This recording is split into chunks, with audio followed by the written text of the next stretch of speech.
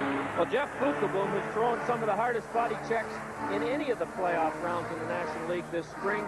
Gets caught here for elbowing as he pinches right down to the icing line and then throws an elbow at the last minute that didn't get past referee McCreary.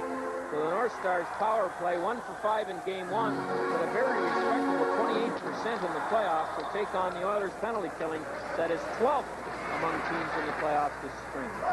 Steve Smith plays it out. Messier bumps Broughton. Messier looking back in front of the net. Can't get it to Anderson as he was checked by Brian Bellows. Messier stays with Broughton. Tenorti in across the line. Gets it across to Prop. Prop at the side of the net. Cuts again. He scores!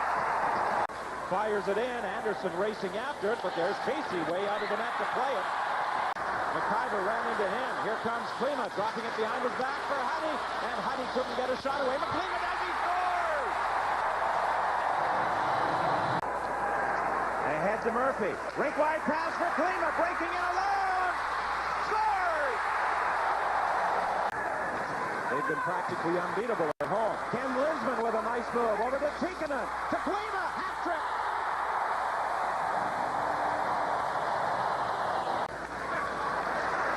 Here comes McTavish to Murphy. His shot up high and wide. Brookberger hits McRae. They push and shove along the board. They continue jostling in the corner, and now they're going to go at it. Well, two of the light heavyweights in the National Hockey League, very aggressive, not so talented, but a favorite of both coaches. Brookberger in white, McRae in green. John Muckler counting for the knockdowns at the bell.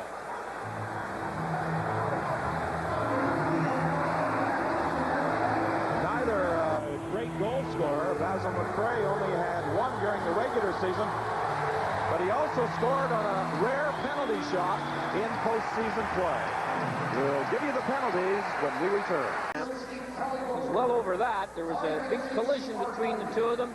A few words that were as colorful as the uniforms are, and then some fisticuffs. 5 minutes apiece for fighting.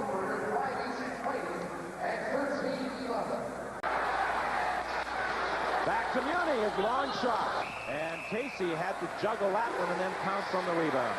And Tikkanen by accident knocked Casey down. You're going to see more of that. Crowding the net, getting away of this little guy. And then Brian Bellows is knocked down well after the whistle by Peter Klima. Bellows got up and went after Klima. This took place behind the net. Klima's knockdown on Bellows. And fortunately for Klima, all the officials were involved with the other altercation. I'll tell you one thing. There's no way, Don, that Bellows would have ever caught Klima. I can guarantee you that. Bellows is upset. Klima smiles. He knows he got away with one. There's Bellows saying, "I'll get you, Peter." Whoa! Now that's going to cost Bellows the penalty. And the discipline and the poise and the patience that have been characteristic of the North Stars throughout these playoffs seems to have disappeared here as Bellows allows his selfishness to get in the way of his team's attempt to come back from 3-1. Edmonton was saying after game 1 that one of the problems in facing Minnesota, there's no hate against the team you only play 3 times during the regular season, such as there is with a Calgary or a Los Angeles. That, I think, is changing quickly. Brian Bellows. If there was an award for the most improved hockey player in the National Hockey League this year, many believe that Tenorti would get it. In a runaway. An absolute runaway. This guy gives a great lesson to all players who come into any league at any level and aren't too strong to start with. If you keep battling away and working at it, you can become a good player. And there he is given a shot, a left hand to the jaw of Joe Murphy. Not a great penalty to take. And the Oilers will get a chance to go up 4-1. 2:30 to go in the period. Just 13 seconds left in the penalty. Lima gets it again. Lima back to McIver. Into Tikkanen. Tikkanen to the point. Heady shoot, scores! Bureau gets it ahead to Duchesne. There's going to be a penalty here as Duchesne and McTavish bumped and pushed, and I think McTavish is going off. Now McTavish is knocked down as he exchanged words with Duchesne with just 12 seconds remaining. But I think the penalty call initially was to Craig McTavish. It sure was, and McTavish may have sucked Duchesne into taking one, too. If McCreary wants to make the call on the punch that McTavish gave after two of them stood jaw to jaw. But here's the penalty coming up. If it wasn't that, it was that. And no, that isn't one. Now watch this. They're talking to each other, and here's what Duchesne does. And he gets a penalty for that. Pretty tough to explain this slashing penalty to the referee. Fired in by Smith. Anderson dodges a check from Tenorti. Fell down in the process. Chambers to Broughton. Broughton knocks it down the ice. Past the pinching defenseman. Tikkanen goes back after it. Lets it go. Comes in front of the net. They score! A hit. A takeaway. A goal. He's tied up along the boards. Messier takes it from him. Comes loose to Simpson. Anderson trying to break free from a check. Gets it, scores! Get lots of chances. Coming off the only real guy with an offensive touch called goal to the team. Jelena has it. Score! Well, I'm going to predict that we're going to have some real fireworks in this game. It's getting out of hand as far as the Oilers being in position to win it, and when that happens, quite often we see some bitterness occur. Well, as we said then and repeat now, things are changing very quickly in this series. And here it starts. When you hit a guy on an icing call, that's a no-no among the players. Gavin did it, and then 3 or 4 other players got involved.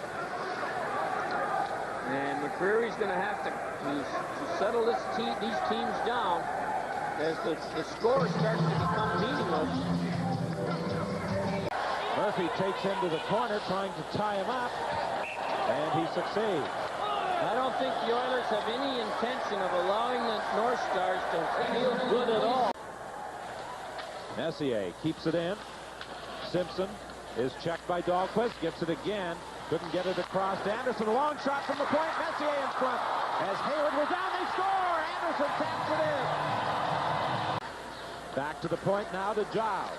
Giles, a long shot redirected, and there's going to be a penalty here as well.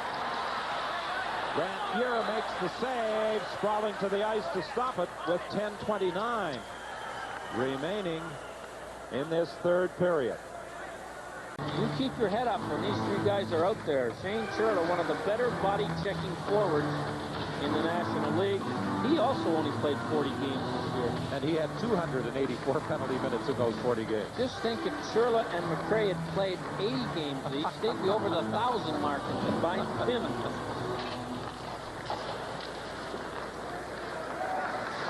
Steve Smith gets away from Bureau. Now we've got a scrap going on.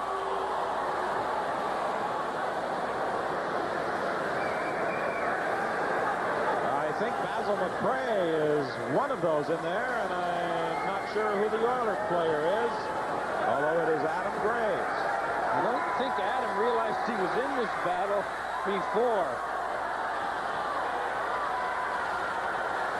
Well, McCray is going off, and so is Adam Graves with 3:55 left to play. And now they're getting involved with the fans. That guy in the blue shirt, he must only get out on the weekends if he's going to tangle with players in the penalty box. Be a good move if they got him out of there. Well, that lady is very vocal, sitting directly behind the penalty box. She's behind 12 feet of glass. We can see how this all started. It started right off the face-off, as you can see now. Watch this. They're faking the old fake the glove drop, and then finally, with gloves on, McCray jumps Graves. Well, they did almost everything right tonight, and only once did they threaten to get themselves in trouble after they had the lead, and that's when they were up 4-1 and allowed a shorthanded goal to make it 4-2.